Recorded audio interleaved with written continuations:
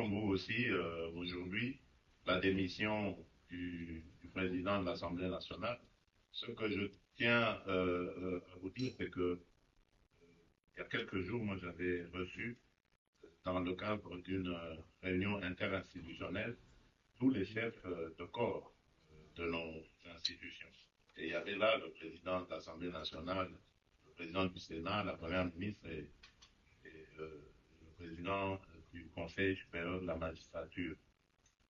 Le, le mot d'ordre était que la rentrée se fasse dans la sérénité, le calme qui soit. Et je crois que vous avez vu les discours de rentrée, ils ont été justement dans ce sens-là. Après, il y a un fonctionnement, une cuisine interne à chaque institution et les choses s'orientent selon ce que ces institutions sont en train de faire.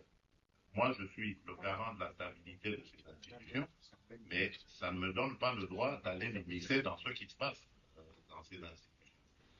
S'ils ont décidé de défier leur président, ben, de leur cuisine interne. Mon rôle à moi est de voir les droits de tout le monde sont respectés et que l'institution elle-même, sa stabilité est sauvegardée. C'est ce qui m'importe.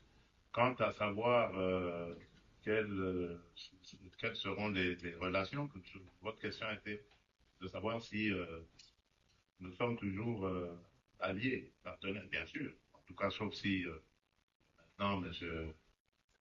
Vital Kamerhe est décide autrement, mais je ne vois pas pourquoi, parce que je ne suis pas à la base justement de sa démission, ni de ses problèmes. Je ne vois pas pourquoi il va vouloir me tourner le dos. Je n'y suis pour rien. Donc, je continue à le considérer comme un allié, comme un frère, et jusqu'à ce que il en sera autrement. C'est pas à moi, en tout cas, de le dire. Merci beaucoup, Excellence, Monsieur le Président. Je pense que ça ne nécessite pas une traduction. On va aller rapidement à la dernière question. Mr. Adam Taylor from Washington Post, and that will be the last question.